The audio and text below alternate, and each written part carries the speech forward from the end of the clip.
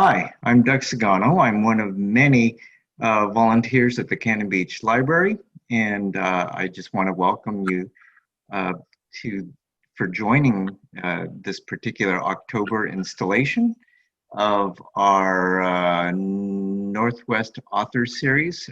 Today we'll be hearing from Apricot Irving. I just wanted to remind you that our November reader at the end of November on the 28th will be Carl Marlantes, the author of Deep River. Um, to be honest, I know Apricot Irving because I know Apricot Irving's parents. I actually went to high school with her mom, uh, and I knew her as Flip Devine then. She's now Florence Anderson, a far more interesting and respectable name, I guess. But I actually got to know Apricot through her mom's alphabetical Christmas letters that my wife and I got every year, reliably so, many of which we received from Haiti. And we, through this and through other ways, we found out that Apricot is a writer and is a very fine writer. And in 2019, she received the Oregon Book Award for Creative Nonfiction. Her current project, and I think she'll be sharing a little bit of that today, has to do with the politics of wildfires in the Columbia River Gorge and in Oregon. As I said, she's the author of The Gospel of Trees, which is available at our library and at Cannon Beach Book Company and Cannon Beach and Beach Books in Seaside. Julia Alvarez, the very fine novelist, said this in her review of Apricot Irving's book. She said, "Apricot Irving has mastered the most difficult aspect of this kind of memoir, the just right tone of compassion and a hard-earned hope, a cautionary tale for all those setting out to do good." It's with great pleasure that I introduce Apricot Irving. Thank you so much for having me. I wish I was with you on the coast today, but here we are in COVID times, finding other ways to connect with certain methods of gathering being closed to us. So I'm really glad that we get to do it this way and still have a quiet, rainy Saturday afternoon, or so it is here in my part of Oregon, to be together. It is really fun to know Doug and to see my mom from another angle. A few years ago, I got to go up to Seattle and spend an evening with Doug and my mom and another amazing high school friend of theirs who was doing a one-woman show. And it was really fun to see my mom revert to that joyful Flip Devine, laughing really loud and impulsive and wonderfully alive, as she still is now. She was Flip Devine, you know, before she became mom to me. I never knew how to introduce her as a teenager. She never went by Florence, so to say, "This is my mom, Flip," I always felt like I had introduced her with a question mark at the end. But now that she's Grandma Flip, she has fully come into her own, and she is a youthful, gray-haired incarnation of joyfulness and aliveness. So I am, as Doug said, going to be reading something kind of new, like so new that up until half an hour ago, I was still rejuggling paragraphs, and it's nowhere near publication. I'm a slow writer. The Gospel of Trees took me 15 years to write and research. Excuse me. So I have no doubt that this will still go through many different iterations before it gets anywhere near the published page. But I wrote about the Eagle Creek fire when it came through our Columbia River Gorge 3 years ago. We were among those who evacuated, my husband and 2 boys and 6 baby chicks and the sick kitten and the dog at midnight, all loading up as ash fell from the sky. And it was at the moment when my book was about to go out in the world. In fact, the Monday that we evacuated was the Monday that I was supposed to get my final draft of the manuscript to my editor in New York. So I wrote her an email at 4 in the morning saying, we're waiting to evacuate. I don't think I'm going to get that book to you today. And so it was really strange to have that pairing of this present and ongoing crisis of the fire near our home, and we were being evacuated, along with at the same time packing up 15 years worth of research materials, including my mother's journals, which I had read and reread because she had given me her journals to read. My dad had given me his journals. The book is a composite not just of my memory and my journals and interviews that I did, but also their perspective and their memories of our years in Haiti. And so I remembered, even as I was sitting at the table at midnight writing about the fire that was currently moving towards us, and everything was loaded in the car, and we were just deciding when we were going to leave.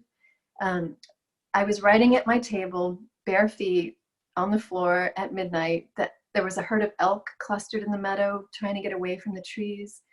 Everything was up in the air. And I was writing and remembering a journal entry of my mother's when I was 15, where she was alone at the kitchen table at midnight, bare feet on the concrete floor in Haiti. The next day was when we evacuated from this missionary hospital, not knowing if it would be burned to the ground. The great learning of being a missionary's daughter in Haiti was that while we saw ourselves as people with a great deal of benevolence come to help plant trees, work in the missionary hospital, do good, be part of those who are doing good, the learning at 15 was that not everyone saw us in the same way that we saw ourselves. That benevolence from our perspective, flipped from another direction, was perceived as part of the colonial project and the great long hurt history of colonization and missions that had been tangled together for 5 centuries on Haiti's soil. So now jumping to this fire that we've all been through together, most recently,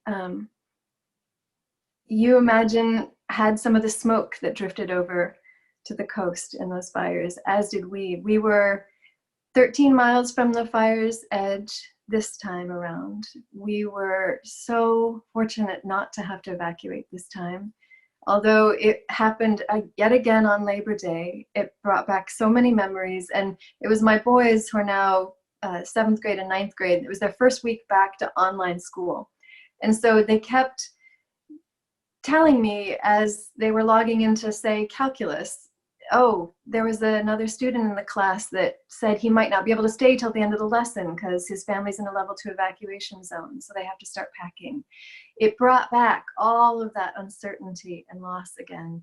And just the heaviness of that smoke and how difficult it was to breathe. I remember at one point looking at the AQI index, and I didn't even know what the AQI meant until September of this year, but it's the air quality index, and a healthy measure of air quality is 0 to 50. At one point, just up the hill from us, it was 720. 500 is kind of the limit of hazardous, and beyond that, they don't really say anything more than people should not be, animals, no one should be breathing this. And there we all were. There's plenty of research that indicates that animals know when smoke like that descends that they need to leave, they need to flee, like for their own safety. And that animal part of us, I believe, gets triggered as well in moments like that, when we realize, I need to get out of here, I'm not safe. And so it was in that kind of elevated, heightened sense of anxiety that I woke up on my son's 15th birthday and learned that the little town where I live had made national headlines for having what was described as an armed militia closing the roads. And I went on our local Facebook page, and there were 900 comments and mounting of just vitriol being slung back and forth. What right do you have to close the roads? Tell that to the protesters in Portland. Just lots of this heightened anxiety and anger and fear being translated into this one event of, do we close these roads to prevent yet another fire, because that's kind of the context of what had happened. Fireworks was what set off the Columbia Gorge fire 3 years ago.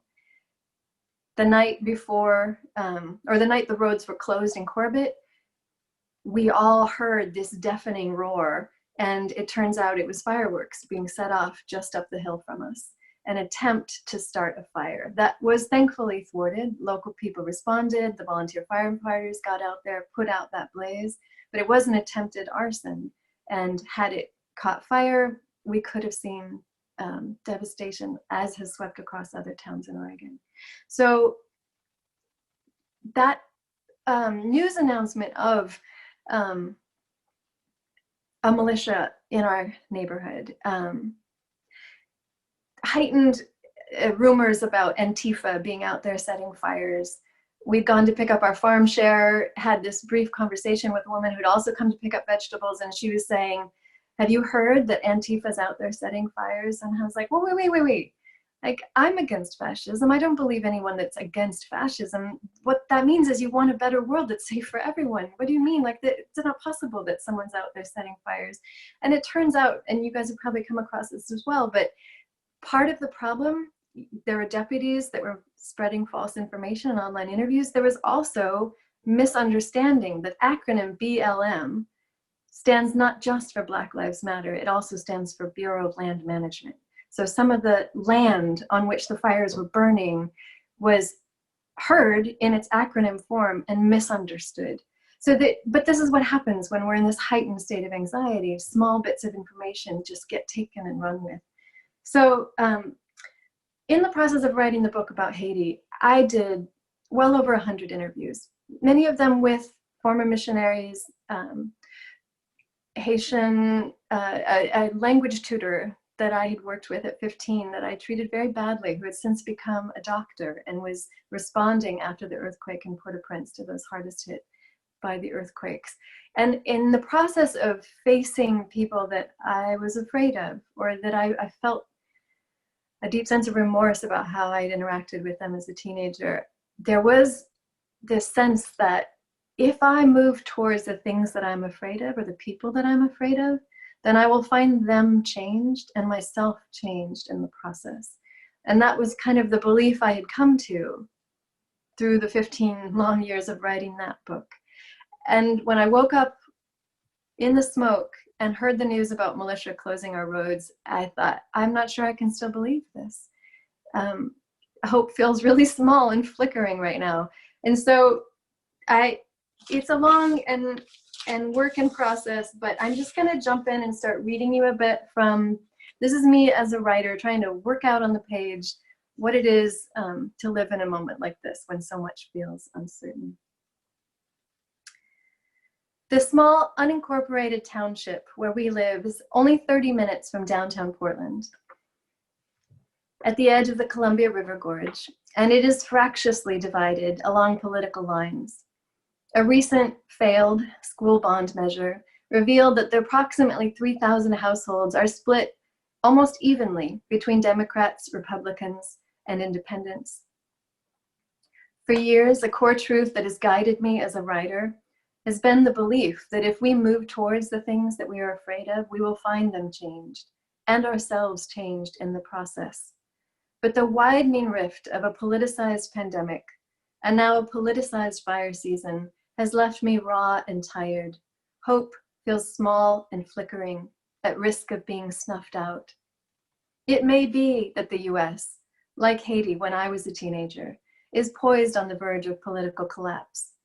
I feel hyper-vigilantly aware that this possibility is always closer to the surface than any of us want to imagine. I decide that it is time to face my fears. Leaving my husband and sons bent over a board game, I grab a notebook and an audio recorder and drive through thick gray smoke.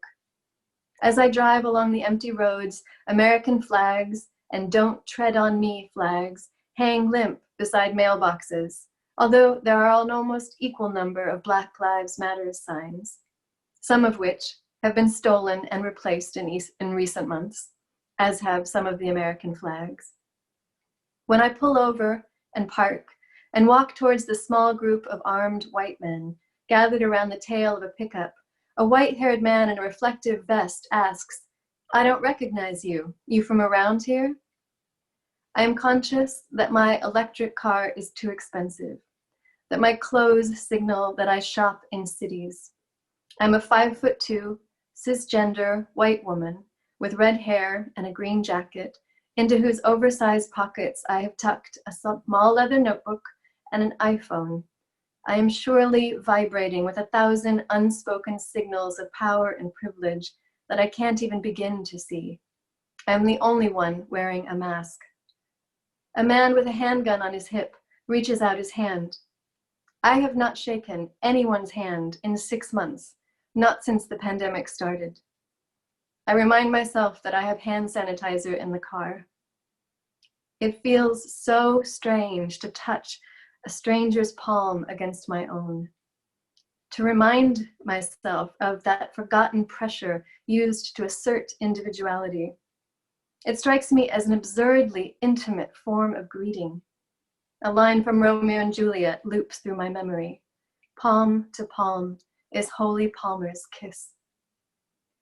I explain that I have lived here for 9 years. My sons attend the local schools.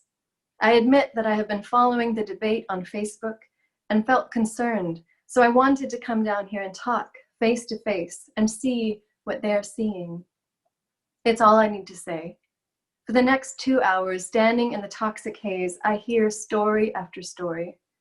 The organizer, who I'm surprised to discover, is a lanky, earnest 21-year-old, self-described as a mama's boy, explains to me that as he understands it, it's illegal in the state of Oregon to wear a mask while openly carrying a weapon. Though his information isn't, as it turns out, accurate. He admits that he had some pretty intense coughing fits after being out in the smoke the first day of the roadblocks, but he says, without a hint of irony, "I don't wear a mask because I don't want anyone to feel unsafe around me." As a missionary's daughter, I know earnestness when I see it.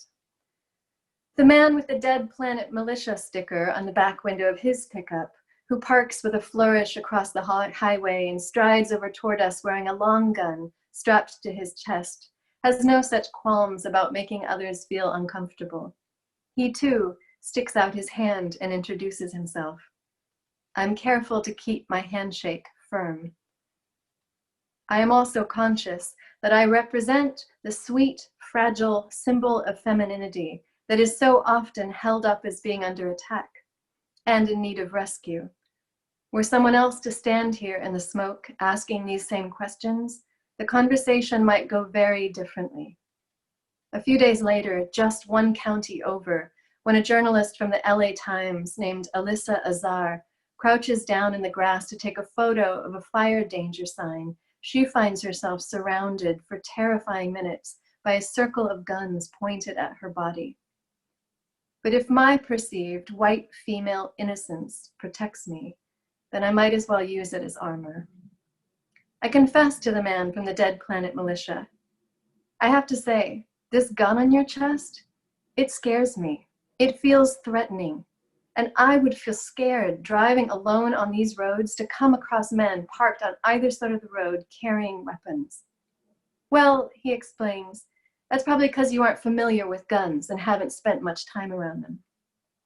Actually, I say, my experience is that when I was 6 years old, my parents moved to Haiti, and when I was 15, the country went through 3 different military coups in 2 years, and I have vivid memories of seeing guns like this one held by soldiers as houses were being set on fire and cars were burning. So that is what is summoned up in my body when I see you carrying that gun. That makes sense, he tells me, not without empathy, based on your experience. I am conscious that it is a new experience for me to receive what feels like empathy from a man with a long rifle strapped to his chest. I explain that Haiti was a place where I made some of my dearest friends on this earth. It wasn't all just political upheavals and soldiers with guns. To this day, some of my most beloved friends are Black, which is part of why I'm here, I say, to ask if I invited friends who are Black to come and visit me in Corbett and they had to drive through this checkpoint, would they be safe? All of the white men with guns standing in a circle around me respond immediately and loudly, of course. Of course they would be safe. We're not racist. We work with people of all races. We don't have anything against others. We just don't want people who don't have any business being here coming out to start fires and loot homes. We are all so eager to prove that we are one of the good ones.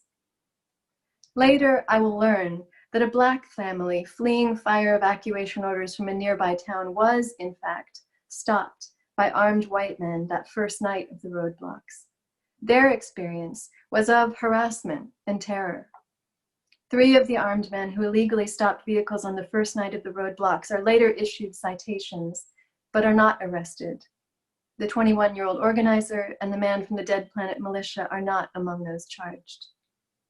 Only later will it occur to me just how problematic my own question was, as if safety is to be doled out based on one's proximity to a white body. Nor is it worth forgetting that if armed Black men were to line the road just to keep an eye on passing vehicles, it is highly implausible that law enforcement would have taken such a benign stance. But from the perspective of the 21-year-old organizer, his aunt lives just up the road. His 90-year-old grandfather is in no condition to evacuate. He reminds me that people up here had to evacuate everything, all of their animals, just a few years ago. I know, I say, I was right here with you. When it feels like we are poised on the verge of an argument over conservative versus liberal ideology, I say with more passion than I intended, my first allegiance is to this earth, which we all belong to, and which I so desperately want to protect. To my surprise, everyone agrees with me. Look at this, the lanky 21-year-old with the handgun laments, gesturing at the toxic air. There's no reason that we should have 1 million acres burning. It is a loss I feel with him, though we disagree on what has made the fires so particularly dangerous this year, or what the solutions might be. He has friends who own small timber companies, and he would like to see increased logging and clear cuts that could be used as fire breaks. I worry over the news that the fires have burned hottest in recently logged areas, where piles of dry debris and invasive species like Scott spruce have created additional fuel hazards. But he's open to hearing about small timber companies who are learning to practice selective logging so as to preserve forest diversity, which is good for animals and good for hunting. A mature forest with its layered understory of native shrubs and ferns, even one that has been charred by fire, means that it is harder for invasive species to get a foothold. He considers this. I'm down for learning other ways, other ideas, he tells me. When I ask carefully what he thinks about climate change, he tells me, well, I know President Trump doesn't believe in it, but we haven't had a good winter in the longest time, and our summers are hit or miss. He asks after a pause if climate change makes things hotter. I explain that from what I understand, everything is amplified in unpredictable ways. Sometimes summers become drier and hotter, more prone to drought, but it can also mean that the rains are more pounding and intense when they do arrive, liable to cause landslides like the one on Corbett Hill a few years ago. Now that we're talking about it, I probably will go home and research it because I feel like I should know more. I don't like people who jump to conclusions, he tells me. And I feel a sudden fondness for this young man whose impulse to gather a group of like-minded protectors of the forest has landed us in yet another firestorm of controversy. Men mill around in the headlights, their silhouettes framed against the smoke. They seem genuinely happy to be outside, among their folk, no longer stuck inside after 6 months of a pandemic, even if it means they might end up with lung problems after breathing the hazardous air without masks. I can see at least 7 vehicles parked on both sides of the road. There's a giddy, amped up energy in the air, like a football team after a touchdown. It is the most testosterone-heavy context I have wandered into in as long as I can remember. It reminds me of my uncles and my grandfather, men with tempers and strong opinions and an impulse to defend themselves from an intrusive government, men shaped by the pioneer mythos. It is, admittedly, the settler-colonial quandary. Having displaced the indigenous peoples who have loved and cared for this land since time immemorial, those of us who now call it home can be quick to defend our claim from perceived threats. Just below this roadblock, along the I-84 highway that winds along the deep blue sweep of the Columbia River, an Oregon history sign announces, without any apparent irony, this point marks the farthest inland reached by Broughton, who camped overnight on an island within sight of this point. On October 30th, 1792, by appropriate ceremonies, he took possession of the territory in the name of the British Crown. Sometimes I've stood beside that road sign and struck up conversations with people in RVs that have gotten out to stretch their legs. And I always make a point of asking, what do you suppose that appropriate ceremony was by which one group of people suddenly declared all of this land was theirs? That would be a useful knowledge to possess. Just take that ceremony and declare what it belongs to someone else, our own. I have a neighbor who lives just up the hill from this roadblock, an 87-year-old Wasco elder who speaks 7 indigenous languages. His name is Tukush Winch Kachke, or Ken Smith, as he frequently introduces himself among white people. He points out that prior to colonization, Native peoples across the Pacific Northwest set fires at regular intervals in the spring and late fall, when rains could keep the fire in check in order to preserve the health of the forests. He also reminds me that this land does not belong to any of us. It is we who belong to the land. When I sit down with him when the smoke finally clears, he tells me that there is still time. The Earth Mother is in distress, and the Creator is intervening to say, wake up. What is it that blinds you? What is it that keeps you from feeling and seeing the beauty of creation, that keeps you from understanding? We are to be caretakers and guardians. He explains that in his language, there is a name for the trees on the ridges of the mountains. They are the chokpa, the thrones for the clouds. These trees should never be cut. Without them, the fog people have no place to rest. He describes how he has argued over and again with the Forest Service over their clear cuts on Wasco land. Finally, he convinced them to place a rain gauge on a clear cut that had been replanted with tiny seedlings, and another rain gauge 300 feet away in a mature forest. 1/3 more rain is detected in the forest than in the dry, open clear cut 300 feet away. Something needs to be done, he says, his voice full of emotion. We are either going to do nothing, or we're going to have to work together to slow down this process of climate change. In his tribe's oral histories, he tells me, prior to settler colonization, there was no record of crown fires in 1,300 years.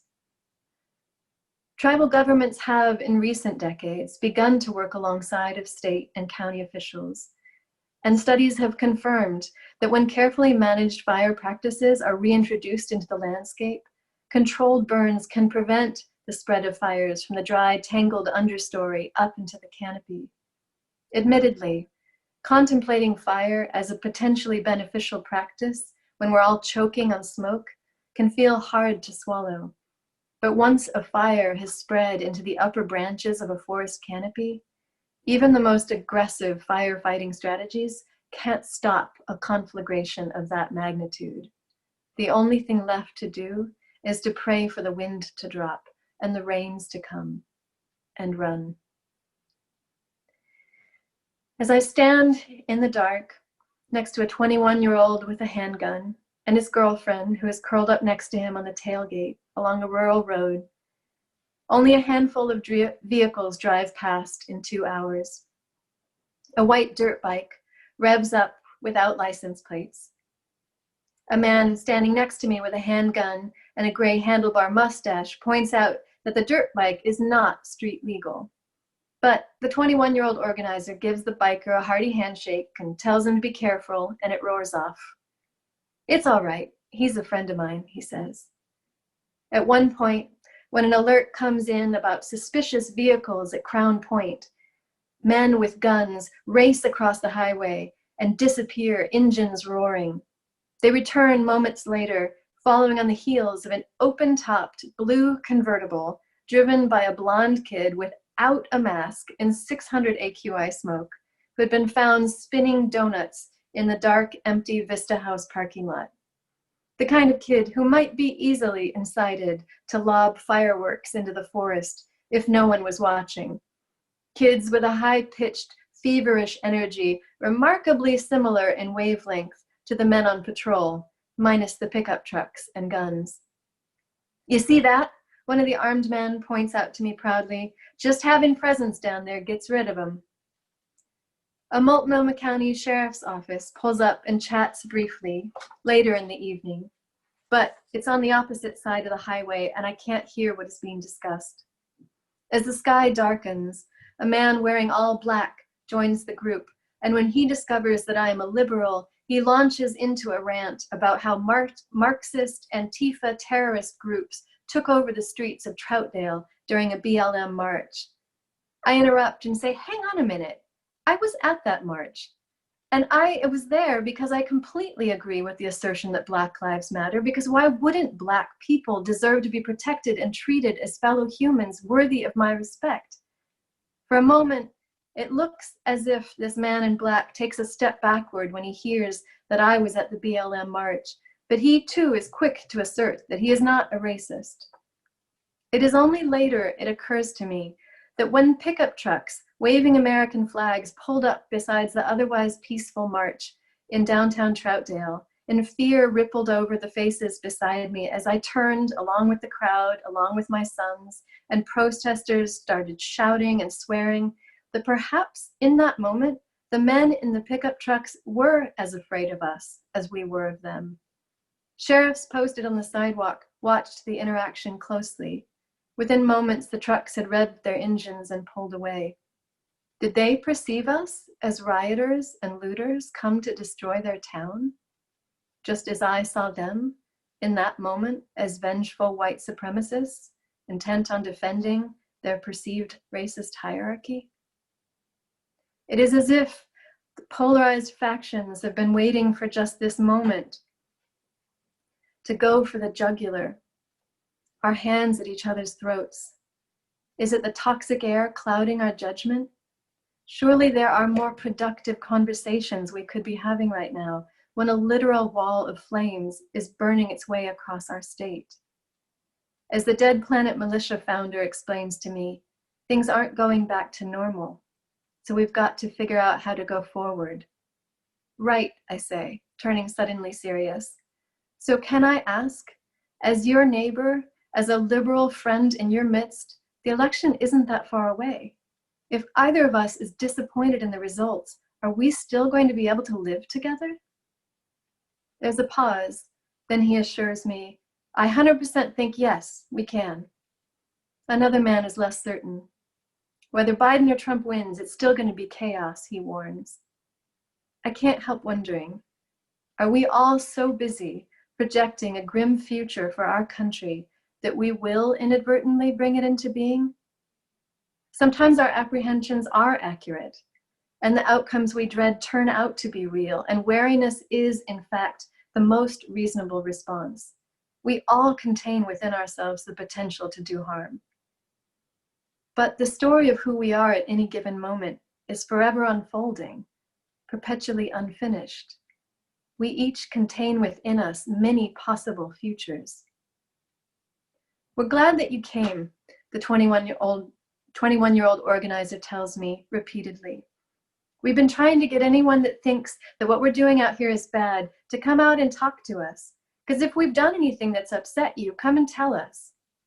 He assures me that when he was out here last night from midnight to 7:30 in the morning, out of the 25 cars that drove by, 18 were driven by women who rolled down their windows and thanked him or offered him coffee. With so much crazy stuff happening everywhere and so many bad people, he tells me he's scared for his girlfriend to go anywhere without him. I, too, am scared for my loved ones right now. But you know what's funny, I point out?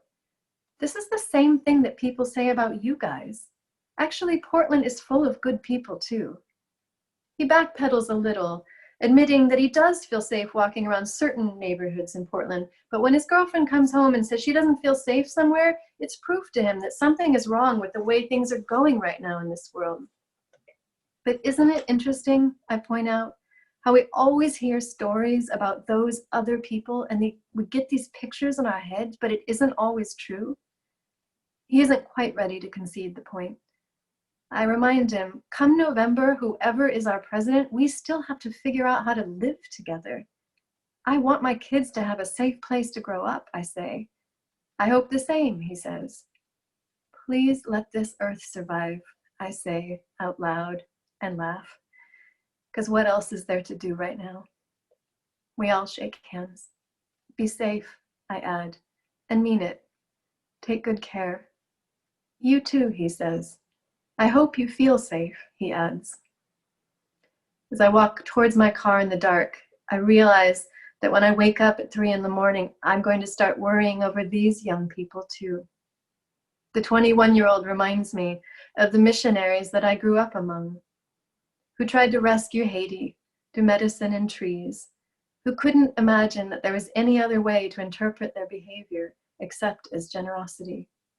We had to learn the hard way that good intentions are not sufficient to prevent harm. I don't know what the next few years will hold.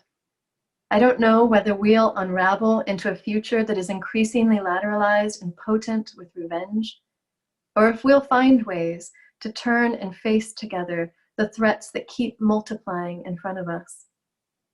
A report from the Intergovernmental Panel on Climate Change in 2018 warns that over the next few decades, fires across the globe could increase at a frequency of 37.8 to 61.9%, depending on how effectively we manage to curb global emissions. And even if we do manage to reintroduce fire management techniques in the Pacific Northwest that prevent the accumulation of dry fuels under the canopy and reduce the threats of catastrophic fires, a 2020 research paper tracing the rapid retreat of Pacific maritime forest warns that if temperature trends continue their upward ascent, half of the red alder, and grand fir trees in the Willamette Valley will be dead by 2025.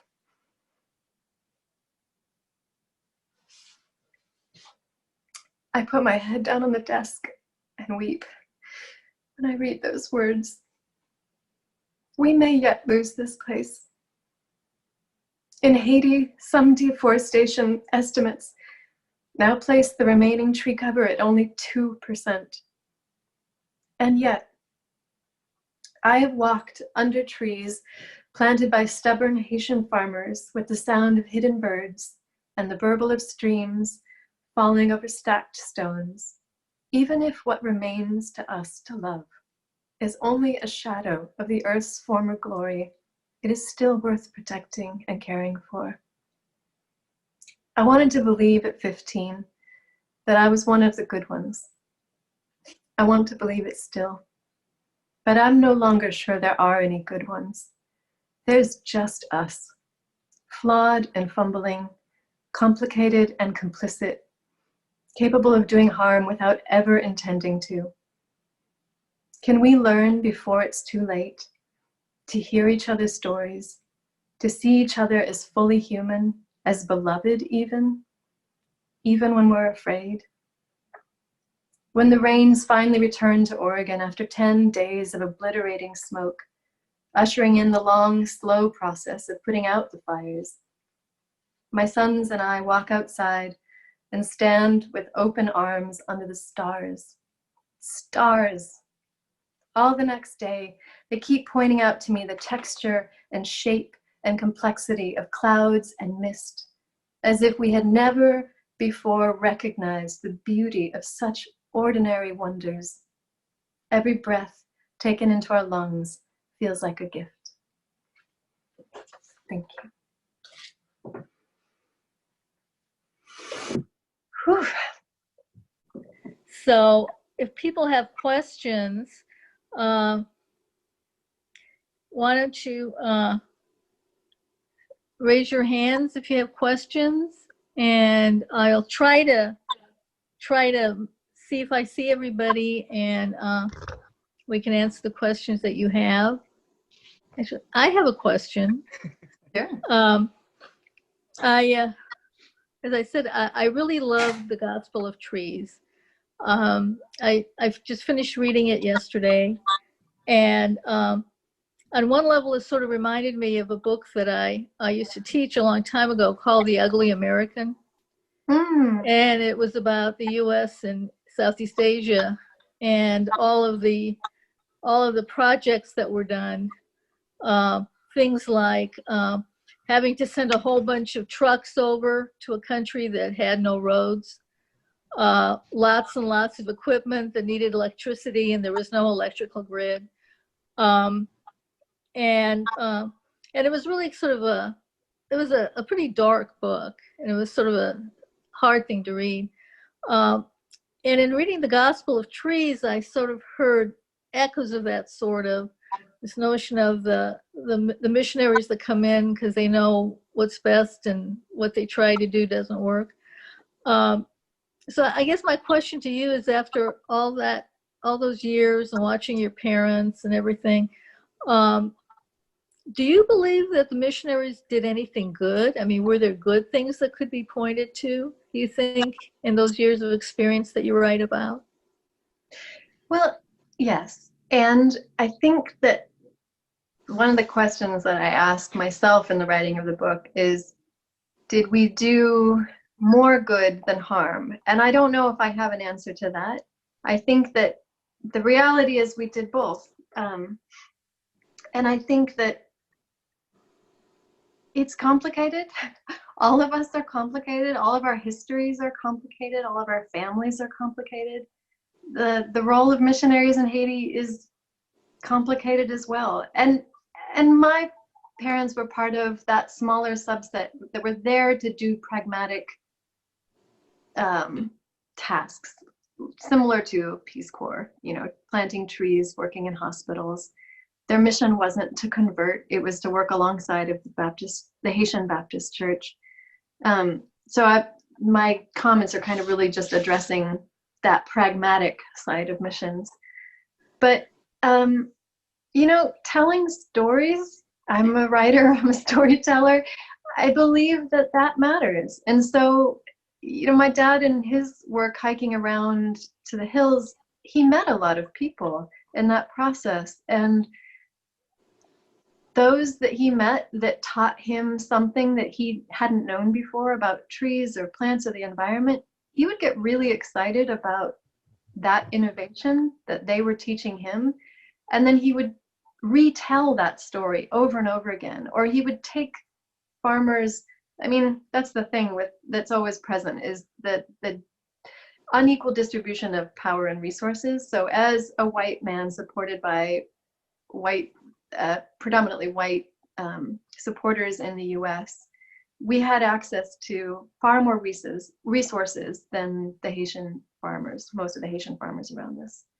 And so he could load a group of farmers into the back of the station wagon that we had bought, paid for by our supporters, and take them all on a field trip to go and see, for example, this farmer named Raseus that Dad met, who had come up with this innovative way of getting little seedling trees to grow on a really dry, arid area, which is that you plant them right next to a banana tree, because the banana stalk actually pulls the moisture up to the surface and shades the little seedling tree. And so that wasn't something that my father introduced. It was something that he learned from another Haitian farmer, but he was able to, over the years that we spent there, tell and retell that story and introduce farmers to each other, to share that knowledge.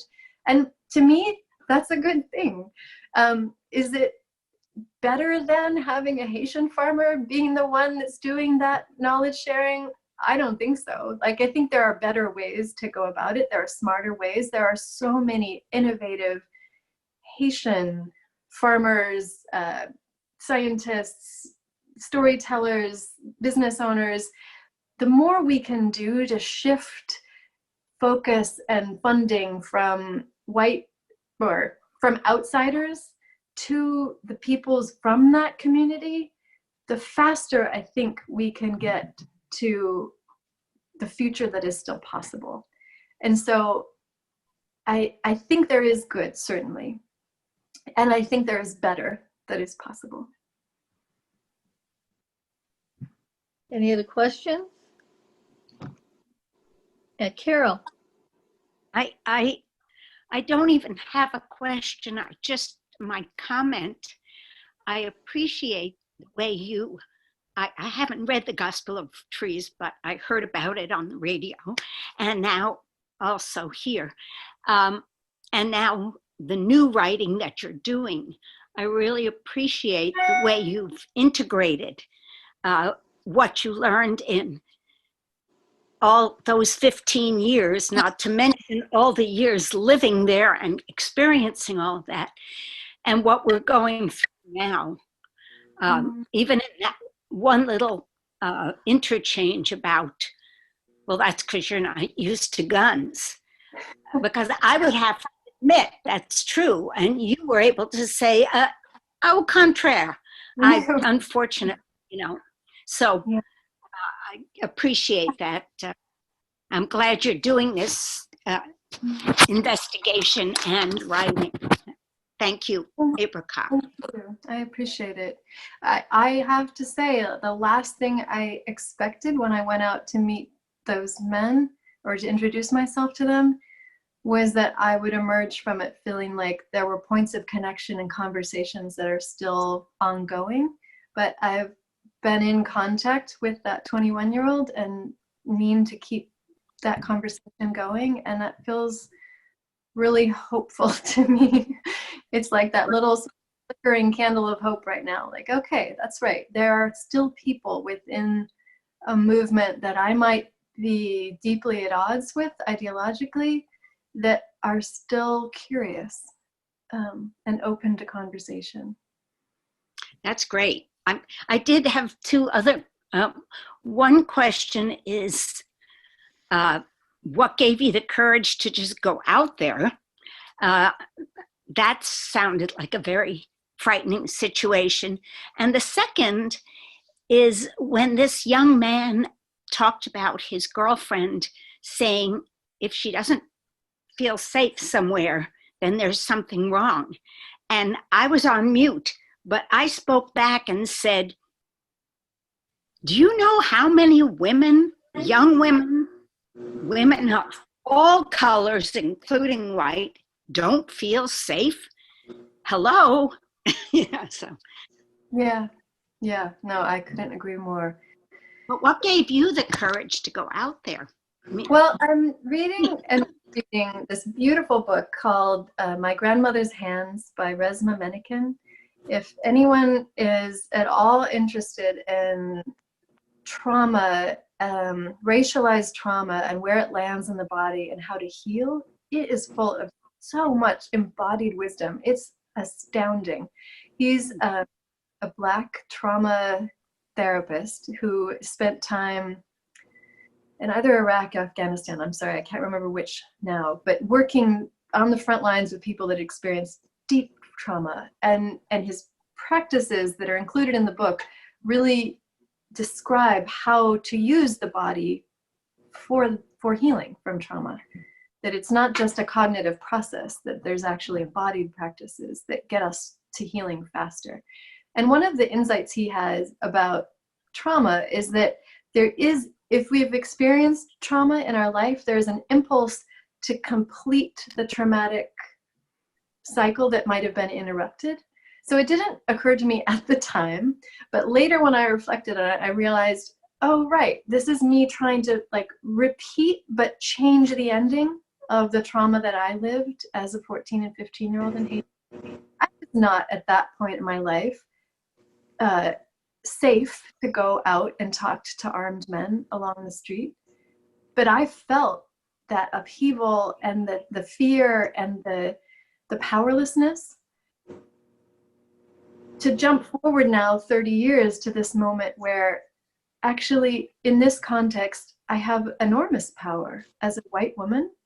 I'm pretty safe in a lot of those contexts. I mean, it's a public space. I assumed myself to be safe, I should say.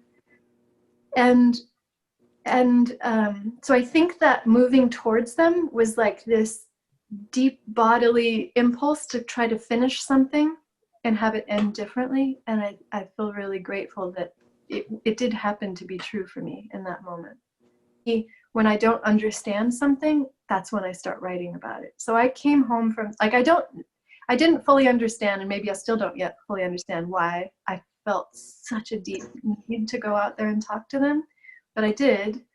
And when I came home from it, then the deep need was to write about it. So I spent the next 3 days writing this 10,000 word essay about it, and sending it out to so many people that I trust, get their feedback, like, what am I missing here? So, yeah. Thanks. It's great to see you in almost in person rather than on the phone.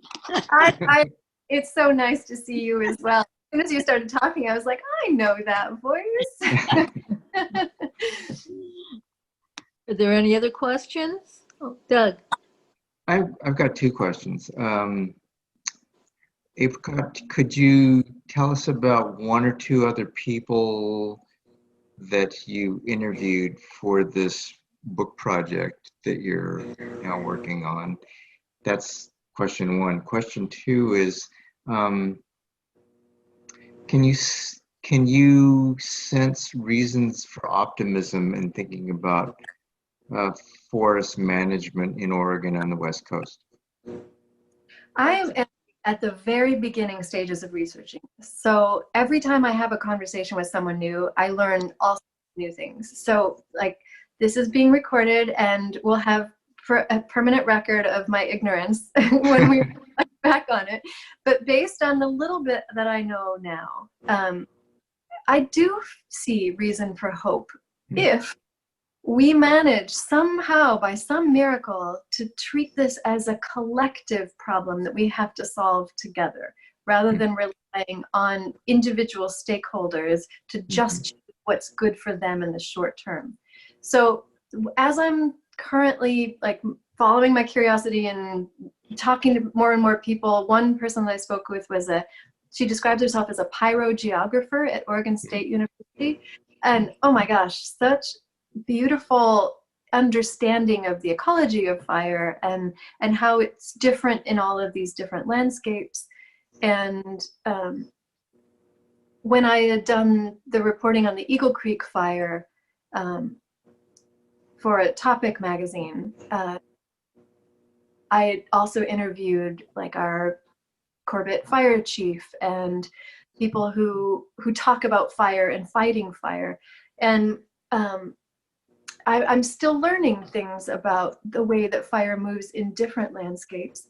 But I think, from what I understand, fire is beneficial in our Pacific Northwest landscapes. I mean, indigenous peoples used it from time immemorial, but they used it differently in different microclimates. So, like, for example, in the dry eastern plateaus, there, as the pyrogeographer describes it, high frequency, low intensity fires, so that they happen often and that they, done ideally, stay low, burning grasses, burning shrubs, burning the understory, so that fire can't leap up into the canopy. Because once it's in the canopy, that's when it becomes uncontrollable by human means. And that's the terror that we're seeing right now. And but fuel is only one component of fire. It also has to do with wind, which is part of, as I see it, the intensity, the unpredictable intensity of climate change. So really to bring our winds down, we have to tackle that more globally. But there's also, dryness and heat, which is also part of that climate change piece, which has its fingerprints everywhere and can be really hard to find the data for scientifically still, as these scientists are explaining to me. But in terms of the fuels component, there are things that we can do. So when the fire came through the Eagle Creek area, that burn, because of the speed of the wind and the intensity of it, it was moving up in the canopy, and it just tore down the gorge like, a storm. And the tops of these Doug fir trees would catch fire and then snap off and blow up to 2 miles. That it blew at one point during that night, before we evacuated, it blew from our side of the Columbia River Gorge 2 miles across the entire mile across Columbia River, and lit a second fire on the Washington side. Now, when fire moves that quickly, it's terrifying. It's really unstoppable until the wind dies. But it can be slowed when it hits, and this is what slowed it on our end, like it was very close to us, our home.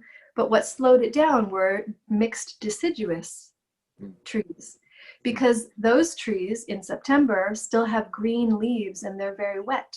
And so when the fire reaches those mixed deciduous parts of the forest, it slows it down. And so then instead of the whole top of the tree, like a explosive resin-rich candle and then blowing, it just kind of tamps down in a different way. And so the fire reached this certain river ravine and hit those deciduous and slowed down, and the winds happened to drop, and that was stopped the fire on our end of the gorge.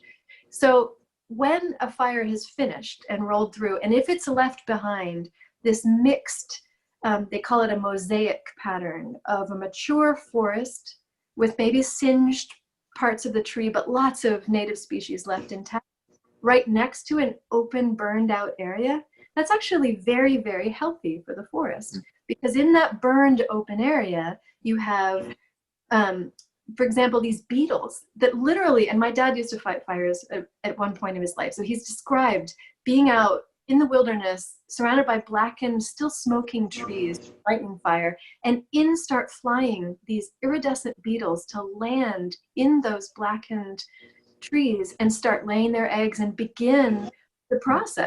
And then who comes next after the beetles? The woodpeckers that need those beetles to survive. And then the species, the trees that are surrounding it, the native trees can blow their seeds, or animals can carry their seeds in, birds can hide it in that burned soil. The snags that are left behind are perfect nesting and aerial perches for the eagles. My neighbor, Ken Smith, describes how that's when indigenous peoples used fire, they were using it to create intentionally these pockets of open places for the huckleberries to grow, for the deer and the elk to graze in the short, little, low, tasty grasses, and to hide their young. And so a healthy forest actually should have a really diverse composition.